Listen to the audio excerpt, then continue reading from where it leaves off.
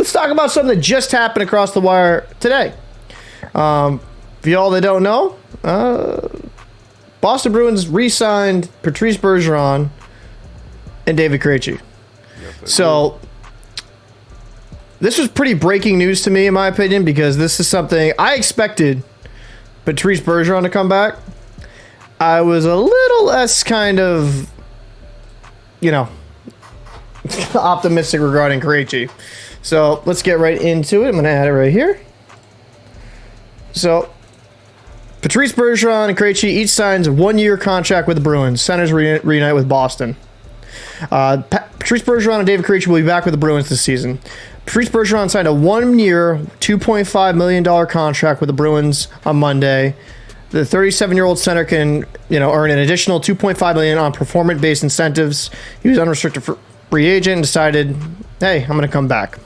This is what Bergeron had to say. The kids obviously love Boston. It's their home as well, so that was a non-issue there. After that, it was more making sure that I missed the game again. And when I had those feelings, I felt like it was time, and I needed to play one more year and come back. It was more just letting my body and my brain and mentally just know what I wanted, and really listening to that. Once I felt the desire and passion was there, to me is the indicator that you need to do you and need to keep playing. Bergeron, won the Selke this past year as the best defensive forward in the NHL for a record 5th time. Alongside Bergeron, David Krejci signed a 1-year deal, $1 million contract. 36-year-old can earn an additional $1.5 million in performance-based incentives. He played last year in the Czech Republic and in his native league. And this is what Bergeron had to say regarding Krejci's return. Super excited that we can make it work. He's an amazing person, first and foremost, but also an amazing player. I think it was in the same situation as me as far as decisions that we make. We had a few conversations. Obviously, we're great friends and we go back, so it was nice for him to take that time and make that decision. Bergeron will be rehabbing a surgery in June. Repair a tendon in his left elbow and expected to need 10 to 12 weeks to recover. So, and I'll finish up with what he said. I wanted to come back with the Bruins only. There was no question about that. He had 65 points last year with 25 goals and 40 assists in 73 games played. So obviously Bergeron has a lot to give. So as a Bruins fan, I am very happy Patrice Bergeron decided to come back, give it one more kick at the can. I think that he is still a phenomenal center and one of the best in the league. I don't think it would have been due to his talent diminishing. I think it would have just been his body's been beat up so much over time that he would have retired. The addition of David Krejci coming back, I'm a little bit I've always kind of been hot or cold with Krejci because he'd be up and down. But I do think David Krejci is a massive upgrade over a guy like we had last year with Eric Haula. So I think with the Bruins, I think this is the last year they're going to compete for a cup. And if it doesn't pan out, we might be seeing big changes. So, Fajardo, what would you have to say about these two signings? I mean, I think that for them, it stabilizes, their veteran leadership.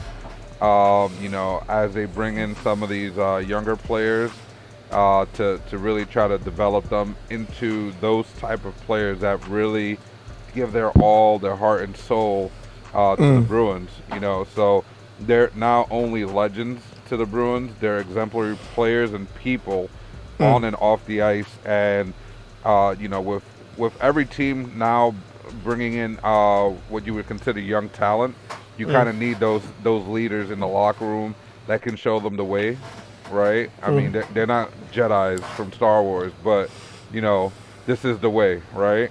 And I mean, you look at other teams that have done similar things, and it works. It works as long as the youth is willing to listen, willing to learn some of these tricks, and work together, right? So it's going to be real exciting, especially with some of the problems that the Bruins are going to face at the beginning of the season.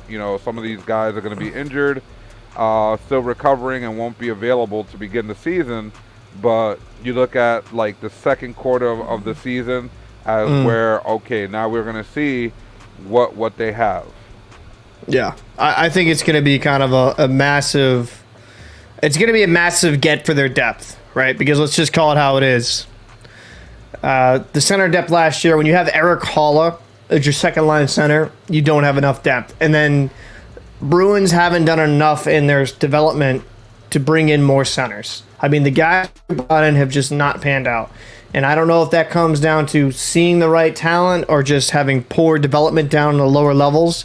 But you had guys like Stunica who didn't really take that jump we thought he would last year. He's a fringe guy that might make the roster. Who knows?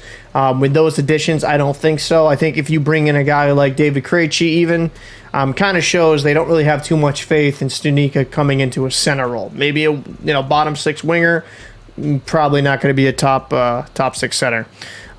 Alongside of David Krejci and Patrice Bergeron, you had the Pavel Zacha signing of went to avoid arbitration, 1 year deal, $3.5 million.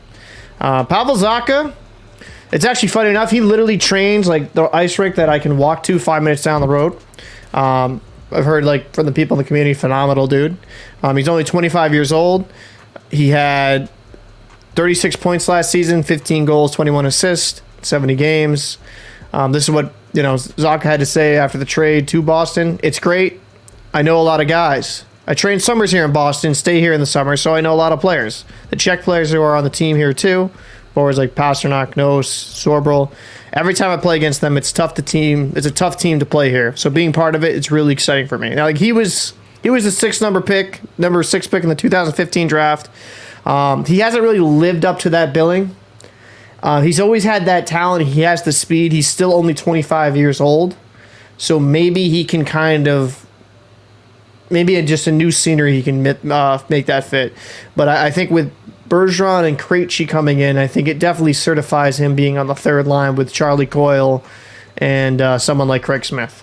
Mm-hmm. So what do you think of this 1 year for 3.5 for Zacha? You think that's a little rich, or you think that's kind of league average? Well, I think it's league average for his caliber player. Or projected caliber player, right? Because like you said, he hasn't really lived up to the hype. So they're paying more for potential than they are the actual proven player. Yeah. And like you said, maybe it's a change of scenery. Maybe they feel like he might find his game here.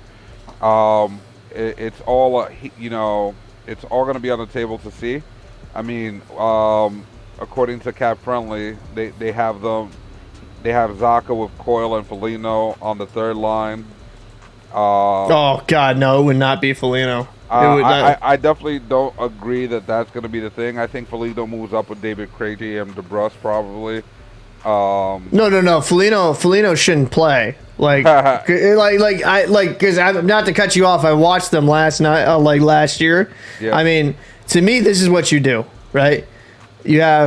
This is what they did last year. Bergeron, Marchand. Oh, Marchand's out. That's why they have it like this. Yep. So, yeah, you're probably right. This is probably what's going to... It might look this day one. Yeah. Okay. Listen, honestly, I think that right now, before Marchand comes back, you say Foligno, probably put him up with Krejci, right? How you call it? Inflate his numbers by the time that Marchand gets back, and maybe make a move for someone who's a little bit younger that has potential, and that'll probably be the best move for them to get away from Foligno. I don't think that he's producing for his contract 3.8. I think he's more like a 1.5, maybe 2 mil at max type of player. Max, right? And that's if he's having a good year. Because you look at what he did last year, 64 games, awful. 2 goals, 11 assists. That's nothing. That's a 750K player. That's not. Yeah, I guess for me here, I'm looking at the lines. This is what I think is going to happen, right? Because Krejci has always commented he was kind of bothered under Cassidy that they wouldn't put him and Pasternak together. Right, because they're countrymen, they have good chemistry. Because when they play together, it's phenomenal. Hold on. So, I think I know where you're going. You're going to do something that the Rangers did back in the day with Peter Nedved, Dvorak, and I forgot the left winger's name where they had the check line. Because that would be actually pretty interesting to watch. That's what I'm saying. All right, so this is what I would do. Right? I knew where you were going. Once you said it, I was like, oh, I remember. I think it was like Hayek or something. I'll find out for you while you speak. But the Rangers did this some time ago, and they had some success with that line. Peter Nedved and Dvorak definitely put up numbers, and they were one of the top lines. That was really interesting. But yeah, go ahead. Give me your opinion on that. This is what I think it's going to be, right?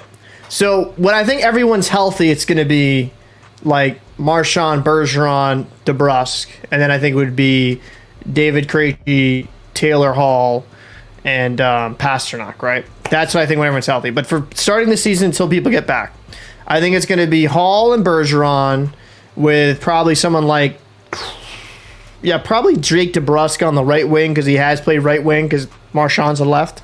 And then I think you're going to have Pavel Zacha, David Krejci, and David Pasternak. Get the Czech connection. I think that could work some pretty nice. And then on the third line, like I still think you have some, comparable pieces there, right? Like I think you have Coyle, you have. I'm not a big fan of. I think Foligno's a fourth liner at this point in his career, but I think you'll be able to have good production with that first two lines if you do it in that way. Because I think like with Bergeron, you're giving him like someone like Hall, someone that can produce. Because Bergeron still, in my opinion, kind of borderline elite player, but he's not in his prime anymore, right? Like he needs some help here on the wing. He can't carry and be the main focus of an offense. So you get someone like Taylor Hall on his wing. Then you put DeBrusk on the right wing. Then you have the check line. I mean, that would be beautiful. I think that, quite frankly, that's how I would go. And then you have Craig Smith, Charlie Coyle, and I'm slipping right here into my memory. But, you're going to have a pretty decent third line. I just think Foligno for me. No, because DeBrusk, it would be Bergeron, Hall, DeBrusk, right? Okay. Krejci, Pasternak, and Zacha. So then Smith would be left, Charlie Coyle, and then we'll have to figure out the other guy. I don't think Foligno would be it. Maybe Oscar Steen, because when he played in limited time, he didn't look terrible. I think that, you got some pieces here that I think will be, exciting. As a Bruins fan, does this make us like a Stanley Cup winning team? No, I think there's still holes on this roster, but I think it will make us far more complete and more competitive. I think we could probably finish third or second in the division with this type of roster. So just to clarify, the original check line was Jan Hlavich, Peter Nedved, and Radek Dvorak. Dvorak was nice. Nedved and Dvorak were nice when they were on their game. They were fucking nice. Yeah, and then Hlavich was like that fill-in player that he just fit in perfectly. That line was great for the Rangers back in 2000. It was one of those really, really good lines that they weren't. They're not going to go down in history or whatnot or anything like that. But they were definitely a threat, and it was just they just always found a way to produce.